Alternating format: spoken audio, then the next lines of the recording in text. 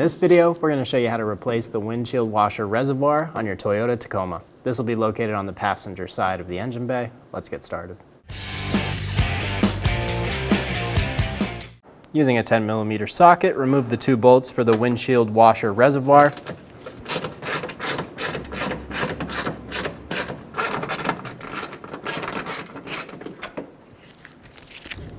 There's one more on the side.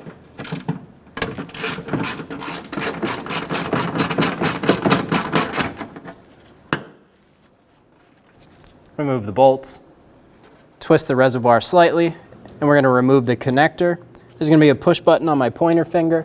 We're going to push on that, pull straight up, remove the connector.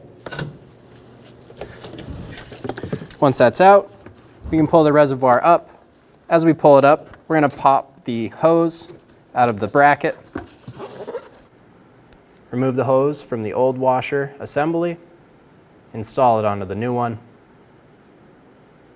Install the reservoir, push down, make sure the grommet's seated. Get one bolt started at the top. Open the top on your washer fluid reservoir. Transfer the fluid from the old reservoir to the new one. Close the lid on the reservoir. Install the connector for the washer pump. Install the side bolt. Snug it down. Snug down the top bolt. And you're good to go. When only the best will do, demand TRQ. The only company that lets you view before you do. TRQ is committed to offering the highest quality aftermarket auto parts that are engineered for peace of mind. Thanks for using and viewing with TRQ.